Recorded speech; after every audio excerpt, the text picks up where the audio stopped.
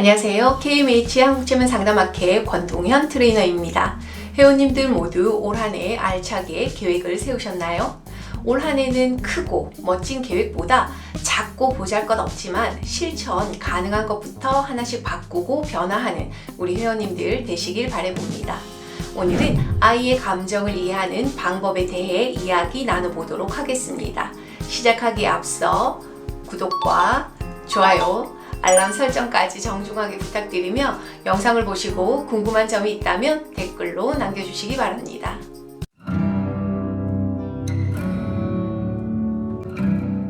오늘 여러분들과 나누고 싶은 이야기는 바로 아이를 건강하고 멋지게 성장할 수 있도록 하기 위해 부모나 선생님들, 주변 어른들이 해야 할 점에 대해 이야기를 나눠보려고 합니다. 센터로 걸려오는 상담 문의 전화 내용 중 자녀와 관계된 문의가 부쩍 많이 들어오고 있습니다. 예를 들어, 내 아이는 왜 이럴까요? 우리 아이는 목표도 없고 하고 싶은 것도 없어요. 공부할 생각을 전혀 안 합니다. 게임에만 집중합니다. 또는 아들이 성인이 되고 나서 오랫동안 이런저런 문제가 있는데 도대체 무엇 때문에 그런지 그 마음을 알고 싶습니다. 어쩌면 어릴 때 받은 상처가 있긴 한데 그것 때문에 그런지 혹시 지금이라도 상담받는다면 도움이 될까요? 내 아이는 자기 관리가 전혀 안 되고 너무도 지저분합니다. 심지어 자기 방 청소조차 하지 않아요 등등 자녀와 관련된 문의를 많이 주시는데요. 오늘 이런 부분들을 어떻게 하면 조금이나마 어릴 때의 감정을 쌓아두지 않고 해소할 수 있는지 이야기를 나눠보려고 합니다. 엄마도 아빠도 자녀도 지금 이런 상황들을 처음 겪는 상황이고 처음 마주하는 일들이기 때문에 이런 것들을 어떻게 해결하고 어떻게 헤쳐나가야 하는지 잘 알지 못합니다. 아이나 어른이나 할 것 없이 우리들은 누구나 누군가에게 자신의 감정이 무시당한다면 화나 분노의 감정이 올라오게 됩니다. 만약 그 누군가가 내 부모 또는 선생님이라고 한다면 어떨까요? 자신의 감정을 한두 번 또는 1, 2년 아니 수십 년씩 눌러놓다 보면 그 감정은 사라진 것처럼 느끼게 됩니다. 심지어 그것은 자신에게 없는 감정이라고 생각하기도 합니다. 하지만 이런 감정들은 잘 숨어 있다가 언젠가 무슨 일이 생기게 되면 반드시 폭발하게 됩니다. 마치 냉장고에 오랫동안 먹지 않은 썩은 음식이 들어있는 것처럼 비유할 수 있습니다. 이 썩은 음식물들은 우리가 치우지 않으려고 하고 보지 않으려고 하며 애써 외면하지만 그 냉장고에 놓여있는 썩은 음식물은 내가 버리거나 치우지 않는 이상 여전히 그 자리에 그대로 존재하는 것과 같은 것입니다.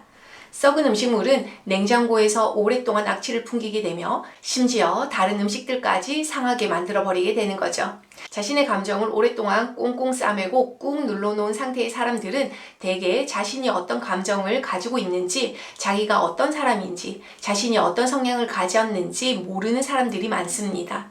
왜냐하면 우리는 자신의 감정을 어떻게 알아차려야 하는지, 그리고 어떻게 표현하고 어떻게 해소해야 하는지 배운 적이 없기 때문에 자기 감정을 알아차리기 힘들어합니다. 내 아이를 위한 감정 코칭이란 책에서 존 가트맨은 이렇게 이야기합니다. 부모나 선생님이 아이와 함께 성장하기 위해서는 먼저 아이의 감정을 인식해 줘야 한다라고 말이죠. 어떻게 아이의 감정을 인식해야 할까요? 먼저 부모가 아이의 감정을 인식하기 위해서는 부모 먼저 편안한 감정이 되어야 합니다. 부모의 감정이 만약 화에 사로잡혀 있다면 당연히 아이의 감정을 인식하기란 힘들기 때문에 먼저 편안해야 합니다. 따라서 부모부터 마음의 감정을 인식하고 그 부정적인 감정들을 해소해야 합니다. 아이의 감정을 인식한다는 것은 아이가 어떤 감정을 느끼고 있는지 그 감정을 예민하게 살펴보는 것이 중요합니다. 아이가 분한지, 억울한지, 슬픈지, 기쁜지, 두려워하는지 아이의 입장에서 그 상황들을 꼼꼼하게 체크해 보는 것이 좋습니다. 이건 쉬운 말인 것 같지만 사실 어른의 입장에서 아이의 감정을 온전히 인식한다는 것은 생각보다 많이 어렵습니다. 예를 들어 어른은 자신의 친구가 멀리 이사를 갔다고 하더라도 얼마의 시간이 지나면 슬프거나 서운한 느낌이 사그라지지만 아이의 경우 자신의 절친인 친구가 멀리 이사를 갔다고 한다면 그 아이의 슬픔은 생각보다 훨씬 클 수 있고 심지어 어떤 아이는 상당한 충격을 받기도 합니다. 아이들은 어른에 비해 경험이 부족하기 때문에 훨씬 더 섬세하게 세상을 경험하고 바라보기 때문에 아이의 감정을 온전하게 인식하는 것은 상당히 중요합니다. 만약 아이가 두려움이라는 감정을 가지고 있다면 그 두려움이 무엇인지 파악하고 그 두려움이라는 감정을 온전하게 공감해 주어야 합니다. 부모에게 버림받을지도 모를 두려움을 가지고 있거나 공부를 잘하지 못할까봐 두렵거나 친한 친구가 없어서 힘들고 두려울 수도 있습니다. 제가 상담했던 한 아이는 밤에 잠자는 것을 두려워했고 잠이 들기만 하면 악몽을 꾸었고 그 두려움으로 인해 밤마다 이불에 오줌을 싸는 아이도 있었습니다. 아이가 가지고 있는 그 두려움을 부모가 별것 아니라고 무시한다면 또는 이불에 오줌을 쌌다고 아이를 나무라기만 한다면 그 감정을 인정받지 못하고 무시받은 아이는 자신의 감정을 앞으로는 표출하지 못하고 꽁꽁 숨겨놓게 됩니다. 그렇기 때문에 어른들은 아이의 감정을 공감해주고 아이가 하는 이야기를 잘 들어주는 것은 매우 중요합니다. 부모에게 감정을 지지받고 자라는 아이들은 자신의 감정을 솔직하게 공유하는 방법을 배우게 되고 그 감정들을 극복해 나가는 방법 또한 배우고 자라게 됩니다. 아이가 자라면서 청소년 시기가 되어 사춘기가 오게 되고 이 시기의 아이들은 감정이 수시로 변하거나 변덕을 부린다 하더라도 그런 감정조차 받아주는 것이 좋습니다. 이건 뇌과학적으로 분석을 해보면 이해가 되는 상황이기도 합니다. 왜냐하면 이건 청소년기의 뇌 상태는 마치 30평 아파트를 리모델링하는 것처럼 불안정한 시기이기 때문입니다. 이건 일반적인 상식으로 리모델링하는 것과 다르게 파격적인 대공사를 하는 과정입니다.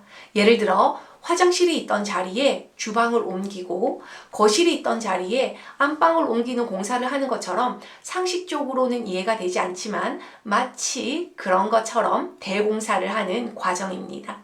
한번 대공사를 하게 되면 최소 50년 이상 이 뇌로 살아가야 하기 때문에 제대로 리모델링 하는 것이 필요하게 됩니다. 그렇기 때문에 이 시기에 변덕을 부린다 하더라도 충분히 그 감정을 받아주는 것이 좋습니다. 이렇게 부모로부터 어른들로부터 자신의 감정을 존중받고 자라게 되는 아이들은 자신의 감정뿐만 아니라 타인의 감정을 존중하는 방법을 배우고 자라나게 됩니다. 자신의 감정을 신뢰하게 되며 감정을 조절할 수 있게 되고 어떠한 문제가 생기더라도 스스로 해결 방법을 찾을 수 있게 됩니다.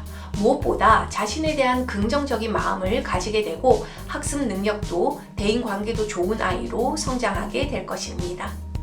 오늘은 부모가 또는 선생님이 아이의 감정을 먼저 인식해주고 공감해주는 것이 왜 중요한지에 대해 이야기를 나눠봤습니다. 우리는 다음에도 다양한 이야기로 만나도록 하겠습니다. 끝까지 시청해주셔서 대단히 감사드립니다. 이상 KMH 한국체면 상담학회 권동현 트레이너였습니다. 감사합니다.